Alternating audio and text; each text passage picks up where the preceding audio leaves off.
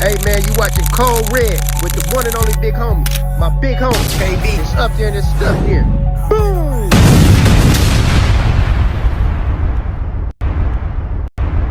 Ricardo or more, drink like a boss. I took my time and I studied the game. They had a shot, but they ain't do the same. I'm doing good, I can't complain. I'm doing good, I can't complain.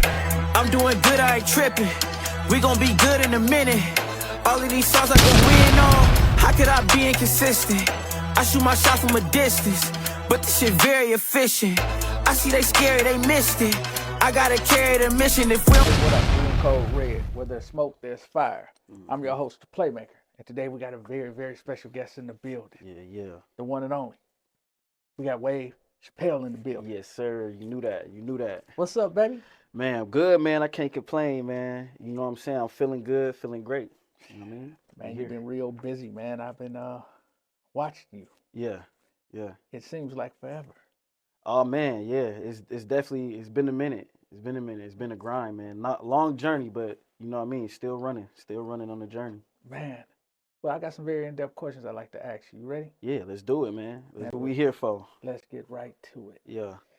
So, Wave, for the people that don't know, tell them a little bit about you and where you come from. For sure. Well, you know what I mean? Born and raised in Milwaukee, you know what I'm saying?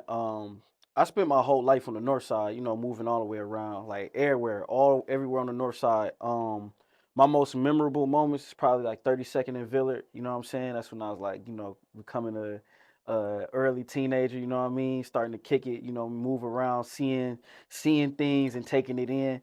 But yeah, man, I grew up on the north side. I went to Mesmer High School, you feel me? Shout out to all my bishops out there. Man, there's a lot of talent came out of Mesmer. Yup. Okay. You know what I'm saying? My mom's, you know, mom's raised me the right way, but of course, you know what I mean, like most kids here, you know what I mean, we experience the streets how we do.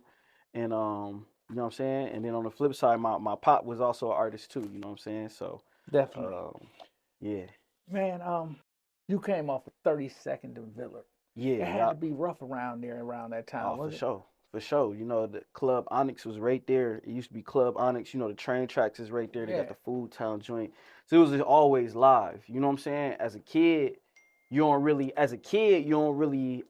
understand the gravity of whatever's going on. I just know it was always cracking. You know what I'm saying? It was the cars, the Chevys on the big wheels, you know what I'm saying? Loud music, you know, you feel me? So it was always a party over there. Yeah. A lot of kicking it. But it felt normal for me though, you know what I'm saying? Because that's what I was around, you know what I mean? We'd be outside playing cans, everybody else would be kind of kicking it around that area. No doubt. Yeah. So Wave, man, it's almost like you was born to do music, let's say. Yeah. You were born into it. You come from a real talented background For sure. of musicians. Mm-hmm. But when did you know that it was what you wanted to do? It started kicking in probably like I first got hit with the urge probably like 7th, 8th grade. I'll never forget. I memorized Easy-E, Boys in the Hood. I memorized the verse, and I knew no other kids would know this verse. You know what I mean? So I would rap this verse all the time at school. But everybody thought I was fire. They were like fire. But then once I got to high school, like my freshman year, I'm like, I figured I had to start coming up with my own raps. You know what I'm saying? So that's when I got the itch to like, you know, come up with like raps and like, you know what I'm saying? Start to form as an artist. And I didn't really start pursuing it as a career until really like sophomore year. You know what I mean? I was in a group at first. I was in a group called Be Right. And my big homies, you know, my cousin, Seven, his homie Cherub, and a couple other people, they was in a group. They kind of took me in. And that's when, I had my first show, prom. I'd never been to prom because I skipped prom to go to the show in Chicago. And from that moment on is when I knew I was like, okay, I'm going to really try to pursue this. Like, I'm putting money towards it. You know what I mean? I mean, that was a big decision to make, to miss prom, to go do a show. Yeah. I think at that very moment, you can say that you made the ultimate sacrifice. I was like, I'm invested. You know what I mean? Because I had a girlfriend at the time, and my guys over here like, nah, bro, like, we got to make the show. My girl really wanted to go to prom. Like, you know, prom, you got to pick the suit out, the colors, everything. And I had to make a decision right there. I was like, listen, I ain't gonna make it. Like, I gotta go to this show. And that was like, that was a form of investing in the career. You know what I mean? It definitely was a form of Yeah. big investment. Yeah. You know, because I mean, we talking about your girlfriend. Yeah, We talking about high school. Yeah, it was sacrifice, really. You know what I'm Yeah, saying? But absolutely. a lot of, again, I attest that to my cousin Seven, man. He instilled that in me. He was like, man, to do this for real, sacrifice, bro. That little $100 you made from working at Target, we gotta go buy some equipment. We gotta buy a MacBook. We gotta buy a camera. You know what I mean? Mm-hmm. Like I got all of that early in high school. You know what I mean? So Yeah. what happened after that? Did you finish a project? Did you make it worth Mm-hmm. it for you to miss prom? Oh, 100%, man. Yeah, we went on to, we dropped, we dropped projects together, a lot of videos. And then the most that I got out of that, we won the Shepherd Express Awards. There's a platform here called Shepherd Express, similar to Journal Sentinel. And I never forget, man, pulling up to my high school with I had two plaques, two Shepherd Express plaques. And even my teachers was like, that's a big deal. You know what I mean? Like, to be the best rap group in the whole city. You know what I mean? And I had those in high school, you know what I mean? So it was just, even if that don't mean nothing to nobody on the mainstream level, that just kind of put in my brain like, I'm a rapper. This is what I'm doing. I'm an artist. You feel me? Like, So what happened? I mean, yeah. you end up going solo. For sure, yeah. So I had my senior year when I was getting ready to graduate. Again, with being an artist, you got to invest, you got to make money. And like, we start getting into the streets a little bit too, only to really, like, we wasn't no street guys, but like, we would dabble, you know what I mean? We'd sell this, sell that. So we could, afford our careers, basically, you know what I mean? Like, a good mic costs a lot of money.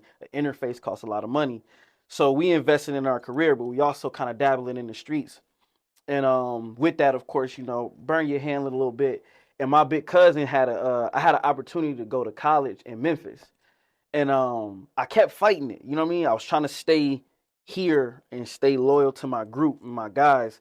And man, my cousin, man, he had a conversation with me and he kept it 100 with me. And he gave me kind of the validation I felt I needed to leave and go solo. He's like, man, you got an opportunity like that we don't. Like, you can go to college and you can go to another city. He said, man, go. Like, ain't nothing here. Like, we gonna be here. Ain't nothing here for you to stick around. You need to go explore whatever that is. And so yeah, I went solo. I went to school in Memphis. I went to two schools actually. I went to Lemoyne College, which is a HBCU. But then I also shout out to my computer class teacher. She recommended that I take classes also at University of Memphis because I was acing all the classes at Lemoyne. Oh, okay. So I got a little bit of the university vibe and I got the HBCU vibe, which meant I got more access to a bunch of people. You know what I mean? So that's kind of how it started for me. I went from Astro and I transitioned to Wave Chapelle. Okay, so was you marketing and promoting yourself in both colleges? Yeah, yup. So at that point too, that's when I really connected with my dad. You know what I mean? Growing up, he was doing his thing. So I really grew up with my mom, but we bonded and connected and really built our relationship through music. When I got to Memphis, he was down there and, he started really helping me with the music thing, like managing me and just kind of basically helping me run it basically. And, yeah, bro, that's when the music really started taking off. You know what I mean? I made a project called It'll All Make Sense Soon. That was my first project under Wave Chapelle while I was in college. So I dropped that album. We print up, we take these CDs, we burn a million CDs. I'm handing them out. I'm really marketing now. You know what I'm saying? Like, I'm really marketing. I'm walking up to every student at this college and at this college. I'm handing my CD out. I'm rapping on campus. I'm doing all these things, and it just snowballed into something really big. You know what I mean? No doubt. Shout out to Mr. Do It to Death, man. Yeah, shout out my pop, man. Definitely a legend, man. Yeah. And definitely one to be talked about. Yeah, for sure. For sure. The name Wave Chapelle. Mm-hmm. Where did it come from? It's so it's really simple. Like, it does have multiple meaning, you know what I mean? I'm an Aquarius, so I kind of lean on that with the whole wave thing. But it's mostly inspired by Dave Chappelle. You know what I mean? I grew up literally while I would watch these Dave Chappelle sketches, and not only is it funny, but I would see the genius in it too. You know what I mean? I feel like he was kind of attacking a lot of these like real life things in a comedic way. So I was inspired by Dave Chappelle. And man, one day I was just like playing off the name, like, man, people really love Dave Chappelle. I was like, Dave, Wave, okay. I'm at Wave, and I'm like, Wave Chappelle, you feel me? And I'm like, let's run with it. You know what I mean? So how did the people gravitate to it when you put it out there? I think people love it because look, when you hear Wave Chappelle, automatically the familiarity of Dave Chappelle, right? And then you either gonna hate it or love it, but it's gonna make you feel something. You can either be like, that's corny, or you're gonna be like, that's genius. You know what I'm saying? So, but most people really rock with it. You feel me? I Like, rock with it. yeah. When I first heard it, I was like, who is this kid? Because it seemed like you just exploded on the scene, right? Yeah. And then we knew you from Memphis. Yeah. But we didn't know you was from Milwaukee. Right. Right. Yeah. Yeah. So then you end up at CMG. Yeah. How did that happen? So pretty much I was like, as my name got bigger and bigger in Memphis, I've been in a lot of studios, man. I was in the studio with, Rick Ross. I was around a lot of Drake people. Like Drake cousin became like one of my homies, for real, for real. And so my name was just out there, you feel me? And sure enough, the music got to Gotti cousin, B Mims. And all this happening while I'm in school too. Like I'm a freshman at this time. He played an album for Gotti, and Gotti just really rocked with it. You know what I'm saying? So while I'm in the middle of filling out classes for my second semester, I get a DM from I literally got a direct message from Gotti, and he was just like, "Yo, like call me. You know, feel me? Like I rock with what you got going on. I want to meet you. Feel me? Long story short, we meet up. We was at this restaurant that ended up being Privé, but they were still building it. So we in this little meeting area. And it was real simple though. Like he just pulled up. He was just like, "Yo, I rock with what you got going on. Obviously, you making noise in my city, so you doing something right." He was like, "How can I help?" You know what I mean? How did it feel? It just felt validating. You know what I mean? Because I've been grinding at this thing for like since I was like 16. You know what I mean? So a lot of all the fun that a lot of my friends was having, I ain't really get to have. So I've been grinding at this thing for so long. And for somebody of that stature, you feel me? Like he's actually in the music business.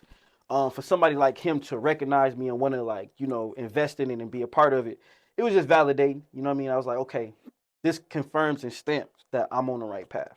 So at that point, did you feel like you had did it? Your independent grind made this happen for you, and what was it like? Yeah, the process of your independent grind. It was fun because again, it's almost like a hooper, right? Like a hooper, if he going to the gym countless hours, putting up these shots and playing these games, the AAU games, all of this, it's fun, you know what I mean? Because you in the grind of it, trying to get to the ultimate goal. So for me, it was dope. You feel me? Like sometimes you had to really struggle and grind, but all of it was part of it. You feel me? Like I was just in love with the process. And then getting to that point, it felt like another stepping stone. I knew that wasn't the end of the journey, but this was like a great milestone. I always I put these checkpoints in my life or in my career or whatever, and it just felt like a good checkpoint to hit. You know what I mean? Yeah, because I like to say you part of what I call the new Milwaukee, right? Mm-hmm. The Do It to Deaths, the COOGIs, the Baby Drews, the Ice Moans, the DREs, the old Milwaukee. Mm-hmm. I like to say you was one of the leaders of the new Milwaukee. Yeah. Because of the signing with CMG, you kind of put the new wave in motion. For sure. And listen, you said it. I'm glad you said it because I'm the type of person like I don't really be bagging on myself. I like to let the work do the talking, but that is a fact. You know what I mean? I was one of the first people to have like a major deal here, and I felt like I kind of just showed artists here a way to do it. And organically too, you know what I mean? I wasn't out here. I'm not when you see me, right? Like I'm not this character. Like I rap about my regular life. You feel me? The type of music that I put out. And I felt like I showed artists in that realm that you could do it and be successful in that way. You know what I mean? Especially here. So, appreciate you giving me my flowers like that. Oh, absolutely. Yeah. I just think that it didn't make as big of an impact as it should have right away because nobody knew you was from Milwaukee. Yeah. I think it was long. I think it was more so long term though. You know what I mean? Like what Tupac said. He said, "I might not change the world myself, but he was like, but I'm gonna change the mind of somebody that's gonna change the world." So I feel like in a similar way for me, I don't feel like I affected people immediately, but what people were seeing at the time, it made people confident. It made these artists that wasn't necessarily street or wasn't necessarily doing the Milwaukee sound, it made these artists feel confident. You know what I'm saying? That they could do it and step into it with some confidence. You know what I'm saying? So No, I think that's where my real impact is. and I agree with you on that because, like I said, the impact wasn't immediate, but I know why. Because we didn't find out that you were from Milwaukee until later. Yeah. We didn't find out that you was Do It to Death's son until later. Yeah. You for know, sure. so the build up was, but once we found out, it was like, okay, Yeah. we got one. Yeah. You know what I mean? For sure. So I congratulate you on your independent grind, man. Appreciate you, bro. I've been watching you hit a lot of stages, Mm-hmm. like over the years, right? Mm-hmm. I had the pleasure of seeing you perform downtown on the Uzi Vert stage. Yeah. And I think that the reception that you get from Milwaukee Yeah. is crazy. Yeah, man. How does it feel? Of course it feel good. It always feel good to be embraced by your city. You know what I'm saying? It's like being an athlete playing for the team, for your hometown team, kinda. You know what I mean? Just coming back home, and it's always gonna be love. And Milwaukee has been the common denominator to my whole career. You know what I mean? No matter where I go, whether it's LA, whether it's Atlanta, whether it's Memphis, no matter what, Milwaukee is always a place that I can come back to, and it's definite love every time. And to your point, like opening up for Uzi, you know, Uzi is a huge artist, and that was recent too. Like I wanna put that in there. Yeah. This is very recent. I opened up for Uzi, and I almost felt like I got as much love as he did. You know what I mean? When I You hit that did. stage. You know I what I'm mean, saying? it was undeniable. I mean, if you was there, you could just see it. Yep. Yep. And I think that was a monumental moment. Yeah. When I saw that, I knew that the city was well in tune with you. Yeah. Yeah. I think that you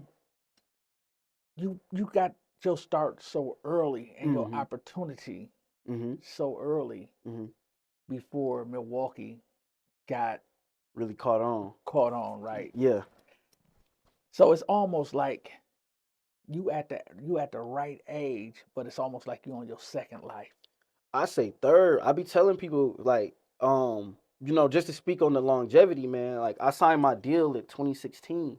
I was an 18-year-old going on 19. You know what I'm saying?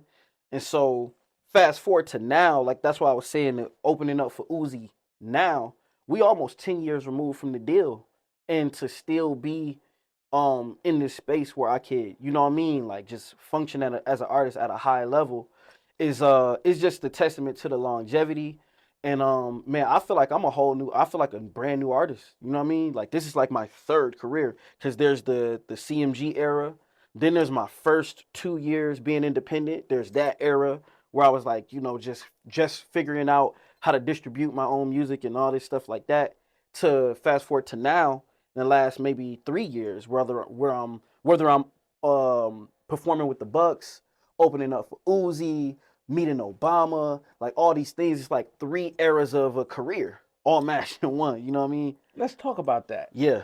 Let's talk about, you know, what it was like meeting Obama. Yeah. Like, how did that happen? Yeah. Like, let's talk about it. Yeah, for sure. You know, I'm never quiet on you know, I speak my mind on my platform, you know what I mean? And all the people that follow me, the fans, the supporters, they know me for this. And you know, I just been very outspoken in the political space too. Like, you know, don't get me wrong, I'm not one of those people that when it's time to vote, I don't be like, oh, just blindly go vote this way or vote this way. Do your research. I always tell people, find the information, do your research. At the time, I did my research and I was leaning towards for what Kamala and them had going on. And sure enough, the Democratic Party, they reached out to me to help with some of the campaign stuff, especially in the Midwestern area, Wisconsin, Chicago, all of that. And I even DJ'd. I DJ'd an event out in Chicago, and then I spoke at a few events here. Um, and then one of the things was they wanted me to pull up to I think Obama was speaking here, and he just had requested to meet, you know, a select few of people. It was the mayor, it was my guy Mandela Barnes. Shout out my boy Mandela. He gave me a lot of insight on in the political space, and I was one of the people that was called to meet him. You know what I mean? How did that feel when you got the call? Man, it was crazy. I didn't believe it. I ain't gonna lie. I'm gonna be 100. I didn't believe it. I thought it was like some spam because you know during that time too, you get a lot of phone calls that just trying to get you to sign up and go vote or whatever. So I thought it was like some spam or something, and it wasn't. It was like dead serious. They was like, "Yo, we want you in the building. First of all, we want you there at his speech, but then also like we want you to come back and meet him as well." And it was just crazy, man. I ain't believe, but it, you know, I hold that moment high up. This is the first black president. You know what I'm saying? Like this is a historical figure, in America, in American history. Absolutely. So you know, for me to even meet him, shake his hand, and him to acknowledge me, and you know, we spoke very briefly, maybe like literally like 60 seconds, but he was just like, man, like we appreciate what you're doing and being willing to use your platform, you know what I mean, to affect change in a positive way.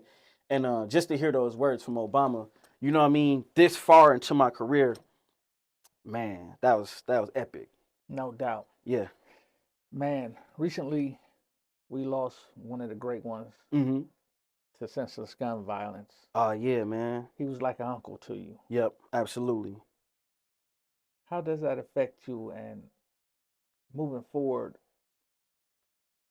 what can we do? Yeah. Well, one, you know, long live Tweezy. You know what I'm saying? The mayor. You feel No me? doubt. Man, you know, it definitely hit, but like I feel like his personality and his energy is what all the people that was close to him, we carry on because his energy says to do that. You know what I mean? Like the type of person he was like, you know, very go get it. You know what I mean? He was the definition of what it meant to be a hustler. You know what I'm saying? And so I think I find closure because I'm still doing my thing. And anytime he seen me, every time he seen me, his main thing was he was just bigging me up. Wave, you the biggest, man. Don't let him stop you. Keep going, keep going. Like I hear it. I be hearing it. So you know what I mean? I think the best thing we could do is in his honor, continue to be great. You know what I mean? Continue to be great. Continue to be the biggest at whatever it is that we do. You know what I mean? Far as like what do we, you know what I mean? I think that we definitely gotta shift what our culture is about. You know what I mean? Like, I ain't knocking the guys that that glorify the violence and stuff like that, because when it comes to music, it is still an art form. So we gotta allow people to express how they express. But we also gotta put some context and some meaning behind it, and we gotta put some decorum behind it. You know what I mean? Like we can't be reckless with it. You know? So I think us as artists, what we put out, kids consume that. You know what I mean? So if they hearing in all these songs, man, walk them down, walk around with the, you know what I mean? It's just very reckless. So I think we gotta shift what we represent as our culture. You know what I mean? So artists being in the studio, Mm-hmm. when they're in that mode, I don't think that they think about the responsibility Nah. that they have. Yeah. Not at So, all. till after we lose somebody like Mhm. Tweezy. Mm-hmm. Long live the mayor. Yeah, man. Long live the mayor, man. He is Milwaukee, bro. Definitely. Yeah. So Wave, you had a few big singles Mm-hmm. early, Mm-hmm. right? Yep. And now you've making a comeback Mm-hmm. with some big songs. Mm-hmm. You've been on the Jumbotron at the Bucks, Mm-hmm. on the floor. Yeah. They call you in. I mean, you done been a part of both the old and the new. Yeah. What's your thought on the current space of Milwaukee music back then and now? Yeah. Back then I felt like we were I feel like back then was the bubbling phase. I call it the bubbling phase because you had so much stuff bubbling that had potential. Whether it was Bankhead and Munch Lauren creating the sound. What is the Milwaukee sound? They created the claps and the bass. All that was created back then. You know, you got all these different artists kind of just laying foundation for Milwaukee for the future of what it was gonna be. You know what I mean? And we might not have had we might have not had all the resources to make it as big as we wanted to, but we was all creating and laying foundation. So I call it the old times just the foundational phase, the bubbling phase. Now, fast forward to now, it's popped. You know what I mean? The door is wide open. The door is wide open. You got so many artists running through it. You know, whether it's a Steve the Stoner, Big Frank, Chicken P, like you got all these examples of what it looks like to be a successful artist coming from Milwaukee. And so I think now it's beautiful to see because I'm somebody who lived and I was like a teenager in the bubbling phase, and now I'm an adult in the like lit phase. And so it's just dope to see. You know what I mean? It's beautiful to see that that Milwaukee is finally getting its credit on a national level, on a mainstream level. And just watching all these different artists, different styles of artists run through the door, whether it's through fashion, through music, you know what I mean? Like it's fire. Yeah, absolutely. Mm-hmm. And you know, like you said, the bubbling phase Mm-hmm. where people laid the foundation. Mm-hmm. It's been a bunch of small plays Mm-hmm. that took place to make this whole thing explode. 100%. Sort of like a chemistry Yep. setup or Yeah. a project. Yeah. You know, you add certain elements in it and it starts to bubble and it blow. Mm-hmm. I don't think not one artist can take credit. No, not at all. And that's what I tell people that all the time too. Like, you know, you pick who you want, who is your favorite. You know what I mean? And we can say who's the hottest or who's number one. That conversation, it don't matter to me. You know what I mean? Because what matters most is there's multiple. It's not just one. There's so many artists that all this stuff together combined is what kicked the door down. You know what I mean? Everybody may have had a moment that inched that door open a little bit more, but it was all done collectively. You know what I mean? Because back then you could name maybe 4 artists. Now you need 2 hands to count all the artists that's popping in Milwaukee. You know what I'm saying? I agree with you on that. Yeah, and it's a beautiful thing, man. And hopefully what I really want, and it's not even amongst the artists, what I really want, I want the people of Milwaukee to embrace the variety of it. You know what I'm saying? Like, don't just look at this person or this person and be like, oh, that ain't it, this is it. All of it is it. You know what I mean? And as fans and as the people of the city, we got to embrace all of it. You know what I'm saying? Mm-hmm. Yeah. But by you being such a seasoned vet, right? Mm-hmm. I think it's fair for me to ask you this. Yeah. Because you probably would have the right answer for it. Mm-hmm. What advice would you give the current artists right now today? Oh man, couple things, man. Continue to grind, man. Don't feel entitled. You know what I'm saying? Being an artist is definitely it take a lot. You know what I mean? You're gonna take a lot of criticism. You're gonna get a lot of no's. You gonna early on, you might even experience a lack of support. But you gotta keep grinding because you're not entitled to these things. You know what I'm saying? You gotta have this, you gotta have a resilient mindset. Keep going, and then eventually these things will come. A lot of times I feel like people jump into this thing and they drop a song and they do one show and they expect for people to jump on a bandwagon and it's just gonna click. And it don't happen like that. The reality of it is it may take you longer. You feel me? And you gotta be cool with that. You can't all the complaining, you can't be complaining, you can't be dissing people, stuff like that. Because that's just a bad way to start off. You know what I mean? You got to embrace that and let that power whatever you got going on. You know what I'm saying? Kanye has a quote on his early album. He said, I can let the dream killers kill my self-esteem or use that esteem to power my dream. You know what I'm saying? So I feel like that's a good mindset to have. I say that. 2, it don't take it's never gonna be just one person that's just gonna blow you up. It take a team. And that team can literally be your homies around you. If you kick it with 5 to 6 guys on a daily and you want to be an artist, look around you first. You know what I mean? You don't got to just try to go to the big guy. Man, and employ your guys around you. You know what I'm saying? Your guy might be smarter than you think he is. And he might be good with emails. Your homie might be good at engineering. You know what I mean? Your homie who could draw. Now you got your graphic designer. No doubt. That would be my other thing. Just make sure you got a team, and sometimes it's closer than you think. Yeah, absolutely. I think that, the game is based on durability. Exactly. And definitely who's going to last the longest. Yep. I mean, like, in your darkest hour, Mm-hmm. you still have to get up and make that post. 100%. You still have to go to that studio. Yep. No matter what's going on in your life, Mm-hmm. the sacrifice has to be made. For sure. So what's next, Dad? Man, a lot of things, man. So I just dropped the EP, 6-song EP called the Black and White Pack. It's so the Black and White EP, it's a real quick, it's a tribute project to what I did in 2021. 2021, I dropped 12 EPs. I did 53 songs in a year, so that's a song a week for the whole year. And each month I would take whatever songs I dropped in that month and I would make it an EP. So, and we did that in 2021. Shout out my guy, Men of Beats. He's my producer. Shout out G.O.A.T. He's the engineer. And we cranked that out all together, all through 2021. This was just basically kind of just reigniting the fire after the pandemic. We did 12 EPs that year.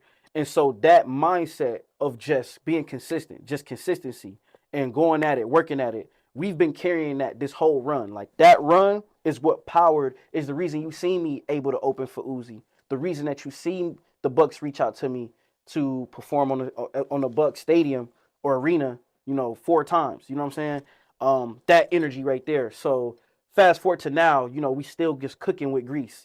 You feel me? And staying consistent. And so I just wanted to drop a project to kind of just pay homage to that. So the Black and White EP is out right now. We just dropped that. I got 3 shows coming up.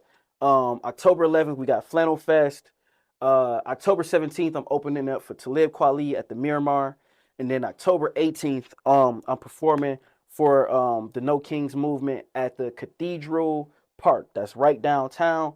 You feel me? If you in Milwaukee, pull up to one. It's gonna be live. You feel me? And yeah, man, we cooking, man. Wave, you stay busy. Man, gotta be. You stay busy, man. Got to. I be loving the content you be posting. Yeah. It definitely is noteworthy. Yeah, man, I appreciate that. That's one thing that you got to do nowadays, man. Especially if you're independent, you got to have that content, or just stay in people's face. You know what I mean? Because it's either let the algorithm control you or you control the algorithm. I choose to control the algorithm by dropping 2 to 3 pieces of content daily. You know what I mean? That's part of it. The new tape, man. Mm-hmm. 2021, you said it all began, right? With that project? Only the beginning was was that 2017? Okay. 2017 or 2018, one Okay. of them. But that was only the beginning, yep. Man, how did you manage to keep the team together? Like, through all of it, I mean, it's valleys and peaks in this. Mhm. And we all have our own things going on. Mm-hmm. But it seems like y'all have created some kind of brotherhood Yeah. to where nothing else outside of what's going on right here Yeah. affects what's going on right now. Yeah. Well, I'll speak to this because I've from then to now, I do have 2 different teams, but I'll speak to this. During that time, I feel like the team in both situations, everybody was just committed on the goal. The main goal is to win. You know what I mean? The main goal is to win, and everybody wants to flourish at what they do best. You know what I mean? It's like feed the hot hand.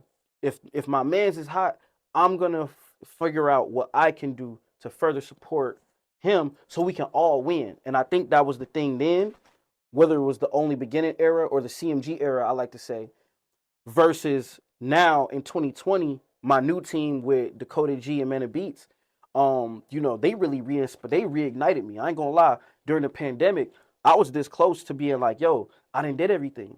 Like, I was ready to like fall back on the music and just fall into a mentor space because I have so much knowledge, but I'm still fairly young. You know what I mean? So at that point, I wanted to just take on other artists and give knowledge. But I went to Atlanta and I went to a studio called Parhelion Studio. And in the A room, it was this engineer named G.O.A.T, Grammy Award winning G.O.A.T. And then my guy Mana Beats, Grammy Award winning Mana Beats. And they was in the studio and they just took me in, man. They listened to the music I had and they was like, nah, bro, we can't let you just call it one, bro. Like, the music is too good. Like, let's figure out how we could, you know, let's form a team. And maybe 150 songs later, literally, like, recorded and dropped. About 150 songs later, here we are, you know what I mean? Like, really cranking this thing. And you know, I always say that to find somebody to believe in you is the hardest thing to do in this music business. Yeah. You know, so for somebody to be able to spot the talent, Yeah. and then for you to be able to notice and receive the love, Yep. and make a move on it, Yeah. I applaud you on that, because when a person say they finished and they move into a different space, Yeah. there's nothing more powerful than a made up mind. You know what I mean? Mm-hmm. And at that point, you seem like the mind was made up. Mm-hmm. But for them to be able to pull you back in, Yeah. I would have loved to have sit in that room and see what that conversation was like. Man, it was real quick. It was funny though. It was funny. They was like, they couldn't believe, they was just laughing. It was like, nah, bro, nah, stop that. They was like, stop that. They thought you was playing? Yeah, nah, they was just like, that's some, whatever you said, you bugging, you tripping, you tripping. Cause I played them some music and they was like, nah, bro, this is dope. We re-recorded that night. Like, after we maybe got to know each other for a little, maybe like an hour, just chopped it up. That's it, an hour? Oh, That had to be a connection. yeah, no, it was maybe like actually, I met Dakota first, and then the next day, he said, come back here tomorrow. And then that's when Man of Beats was there. We chopped it up again for maybe like an hour. And then we just got to start cooking. We just got to cooking. We made like 3-4 songs, and just the work process that we all did, like, you know, a lot of times, because I'm an artist all the way around. Like, I'm very hands-on with my music, but I trusted what Man of Beats wanted to do with the beat. I trusted what Dakota wanted to do as far as the engineering and the mixing. Like, we all fell into these roles. And man, listen, we've been cooking since, dog. Like, you know. And I think that just comes with growth. Yeah. Being able to let go some of the reins and let Mm-hmm. the people that's good at what they good at be good at that. Exactly. You know? Exactly. And I think early in the artist's career, most of them try to control every aspect of Yeah. it. And it rubs people the wrong way. Yep. And people start to fall back off you. Yeah. There's a trust factor that you have to have when forming a team. Again, I always liken it to basketball. Even if you look at, I think the OKC Thunder just won. Everybody, they know Shea is the guy. He's gonna get the interview at the end of the game. He gonna score 30. He gonna be the MVP. J-Dub, he's gonna be the secondary scorer. You know what I mean? This is what we need from you. Chet, the tall guy, this is what we need from you. We need you to give us a few points, but then hold it down on defense. Like, if everybody falls, the guy coming off the bench, if everybody fall into their role properly, we can win. I always say that. You know? So, Wave, if the people want to catch up with you, how would they do that? Man, find me on socials. Find me at Real Wave Chapelle on Instagram. Same thing for TikTok, on Twitter or X now. Just Wave Chapelle. You know what I'm saying? And yeah, just reach out to me. My email is in each one of those. And you know, I'm one of those artists, man. I function at a high level, but I'm very down to earth, man. I'm one of them people, like, you could pull up on me anywhere. You could DM me. I respond to everybody. And you know what I mean? I'm one of them people, so. So are you still up to doing mentorship? Yes and no. I think what I like to say is I'm always down to give advice. I'm always down to give gems and advice, because I think that's part of my role as an artist. Like, the game has blessed me in so many ways that it's almost like my job to give a lot of this back. You know what I mean? So, and I don't care if you older than me, younger than me, if you're an artist, and you need some type of advice, I'm always open to giving out what I know. You know what I'm saying? I don't like to say mentorship because I don't know, I feel like taking anybody under my wing, it's a lot. You know what I mean? It's something that I learned that it's just a lot. You feel me? When you take somebody under your wing, you're responsible for, or they feel like you're responsible for their success or whatever's going on. I don't want to take that much responsibility. But again, I'm somebody you can reach out to. You want me to listen to your song? I'll listen to it, tell you what I think. If you thinking about pursuing this, DM me. I'll give you my take. You know what I mean? I'll give you whatever I feel like I could provide, you know? No doubt. Well, you heard it here first. Already, man, I want to say I appreciate you too, man. You allowing us to share our stories and what we need. You know what I mean? Just all these different platforms in Milwaukee, man, it's dope to see Milwaukee in this space. And I gotta say this on camera: Milwaukee is the hottest city right now in the nation. Not just locally. We the hottest city in the nation right now, man. We gotta keep at it and keep doing our thing, man. It's love. Well, Wave, I want to thank you for coming here on the platform. You know, Code Red, where there's smoke, there's fire. Yeah. I'm your host, the Playmaker. Already, man. And this is Wave Chapelle. Yeah. And we out.